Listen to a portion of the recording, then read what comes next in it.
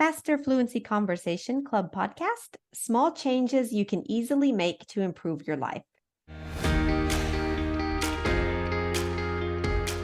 Welcome to the Faster Fluency Conversation Club podcast by Business English with Christina. If you want to be confident speaking English, network with professionals around the world, and practice speaking to become fluent faster, join us. We have 9 conversation sessions every week. Plus, podcast listeners get a 50% discount on the first month of membership with the discount code FFCC50. The link to join is in the show notes. Now, let's go. Hey, this is Christina here with your Faster Fluency Conversation Club podcast.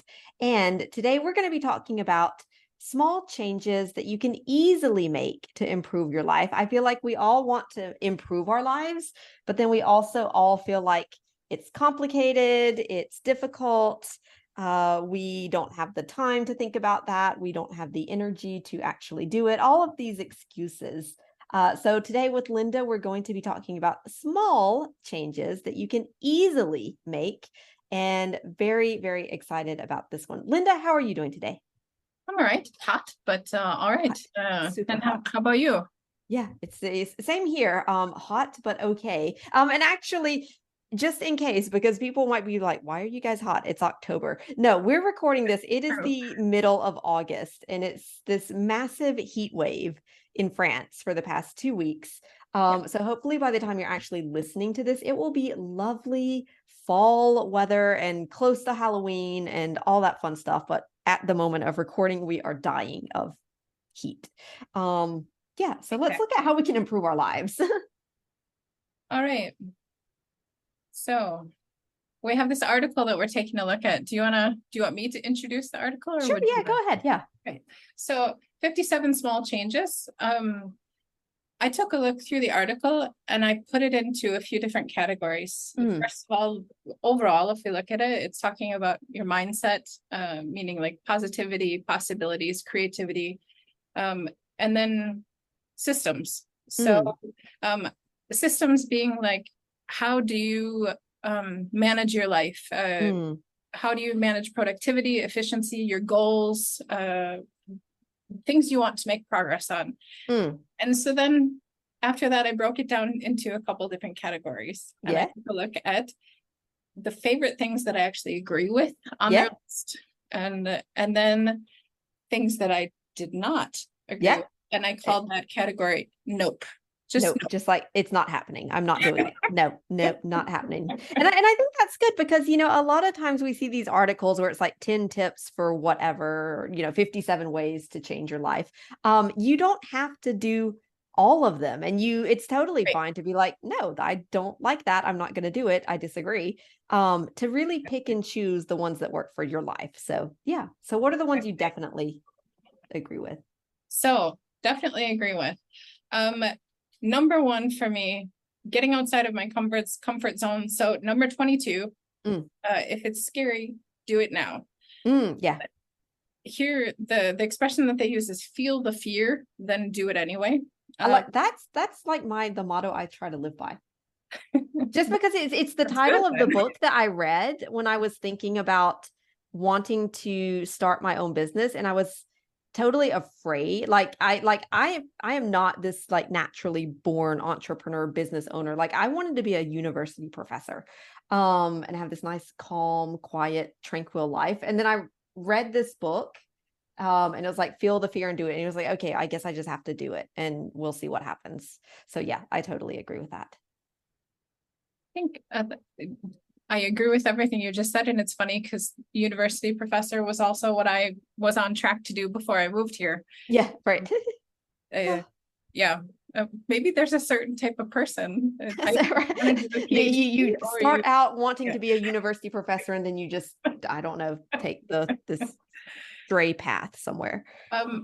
So what this made me think of was when I was going to school for psychology, sociology, we talked a lot about different psychological principles. And there's one that talks about if you're in your comfort zone, you're not growing. Right? So you can have comfort or growth, but not both. Right.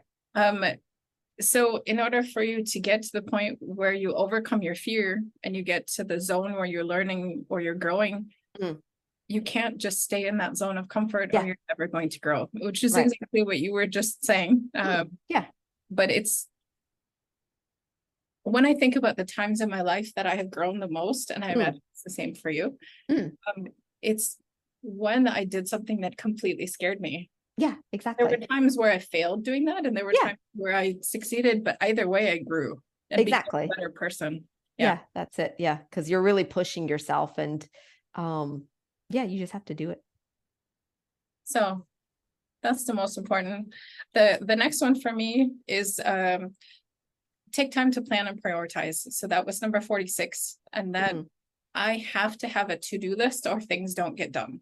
Yeah, same here. Yeah. I have to have a list for things I must do, and then a thing for things I want to do.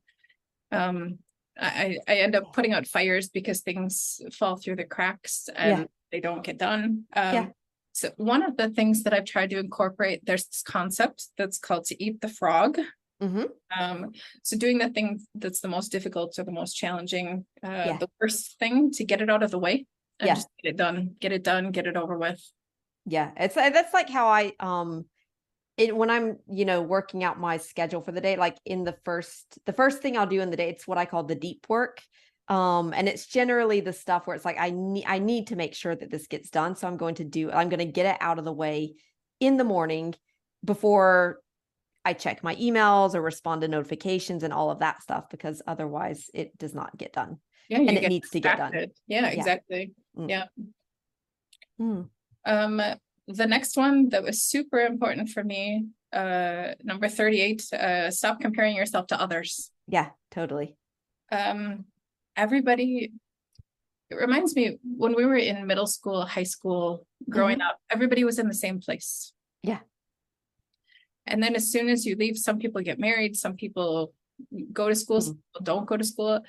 We still are comparing ourselves to our friends, and there's no point whatsoever. Exactly. So one of the biggest things for me was to stop comparing myself to others. And now that we have social media and people are presenting images, it's just so much worse, because all you see is the good stuff that they want to show other people. And so it's like you look at maybe their lives and think that it's like, like the grass is always greener on the other side.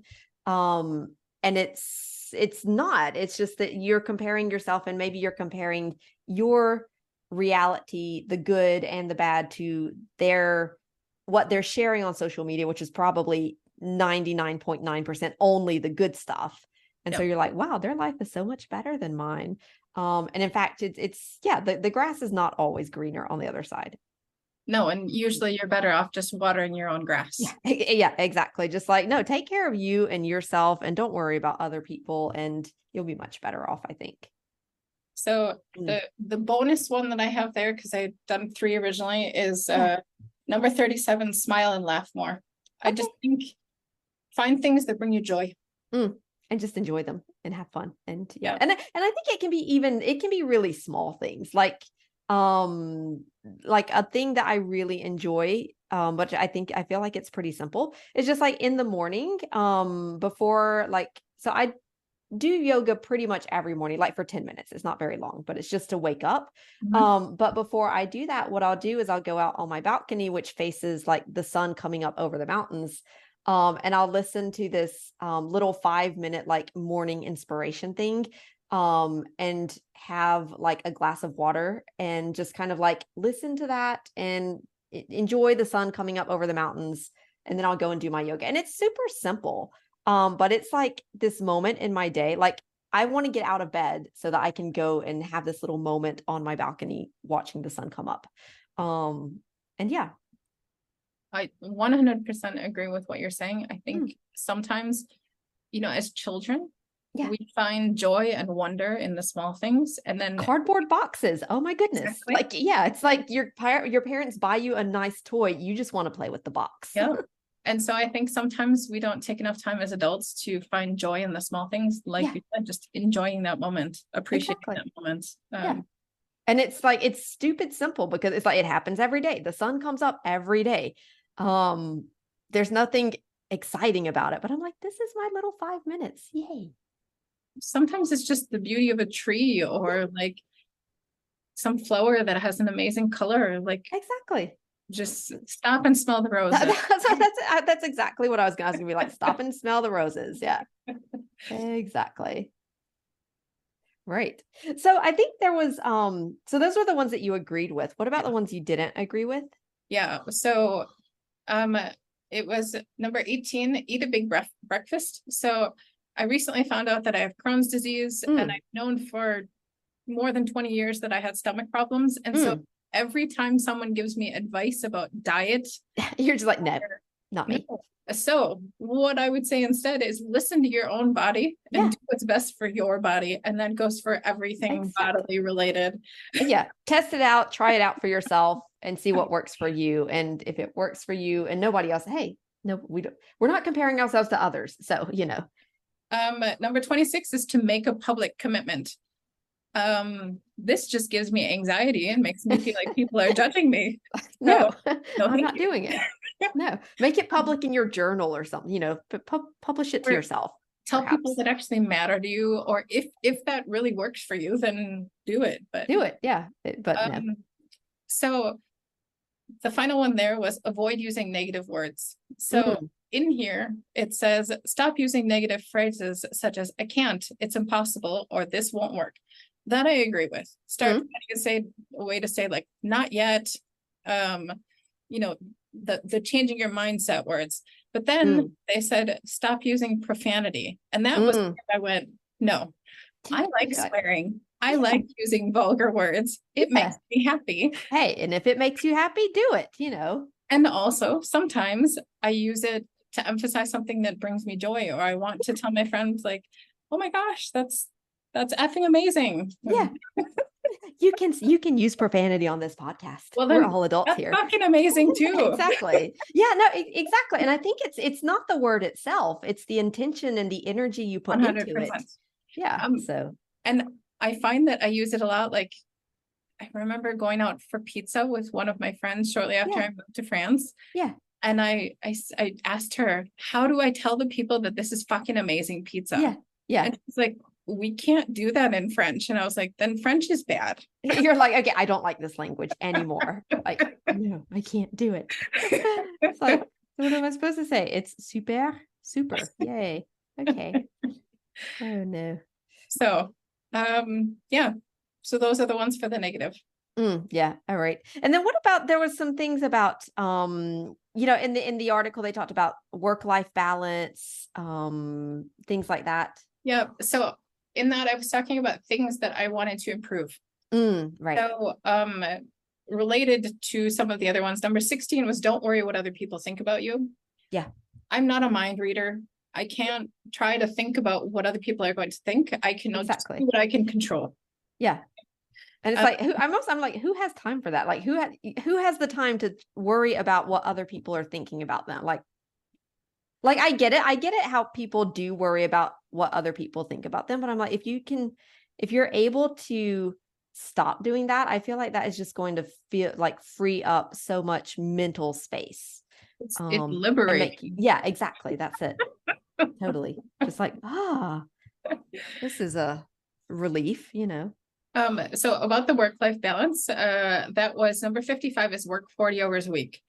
My work-life balance has improved since I've moved to France, but I still work too much because the work day is extended because sometimes I have class, no class, and there's too much downtime. So finding ways for me to better use my off time and to balance things, because my work day will never be hours just next to each other. It's like 9 to 5, right? Yeah, exactly. So, the final thing for me, is writing down my goals on paper. So 56 and 57, the final ones. If I don't have goals, I don't get anything done. Yeah. Yeah. And if it's almost like if you have the goals, that allows you to create your to-do list, which allows you to move forward on things. Right. And this is a situation where expectations can actually be a good thing. Yeah. Right? Yeah. So I've created expectations for myself, and I'm able to reach that instead of focusing on the expectations that I think other people have of me. Yeah, like focus on what is it that I want to do and accomplish, and what are my expectations of myself to accomplish these goals and these milestones, rather than what do other people want me to accomplish in my life. Right. And it doesn't matter because it's not their life, it's my life. So, But what is something that you want to work on? I would say something I want to work on is, I would say something very specific is like not working too late. Cause I know that I have a tendency to like get into something and then I'm like, all right, let me do this one thing and then let me do this other thing and here, let me just finish this thing up. And sometimes I'll end up working, like sitting on the computer until like 9 o'clock at night. And then I go and eat and then it's late and then I go to bed late and all of this. So what I've like put in my calendar, I'm like 5 o'clock, no more appointments. And I've put a little 30-minute buffer zone in my calendar where it's like close out routine. So it's like 5 o'clock.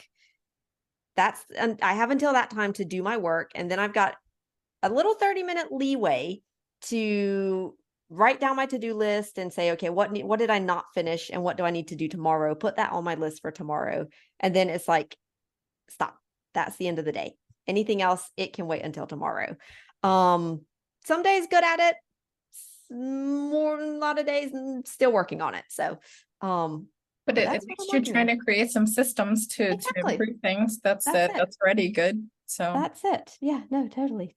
Right. Well, thank you very much, Linda, for this discussion. It was very interesting. And yeah, I definitely encourage everybody to go and read that article and maybe pick out a few that you want to do and see which ones you disagree with, because hey, it's okay to disagree with them. And then you can also work on some where you want to improve. All right. Thanks a lot, Linda. Thank you. Have a good one. You too. Thank you for listening this week. If you want to do more than just listen and you want to practice speaking vocabulary and get the confidence in English that you need for your career, become a member of the Faster Fluency Conversation Club today. And if you want to try the club, we'll give you a guest invitation to a free first session so that you can see for yourself how awesome this club is. To arrange your guest invitation, email us at contact@ChristinaRubuffet.com and just ask. We'll take care of you.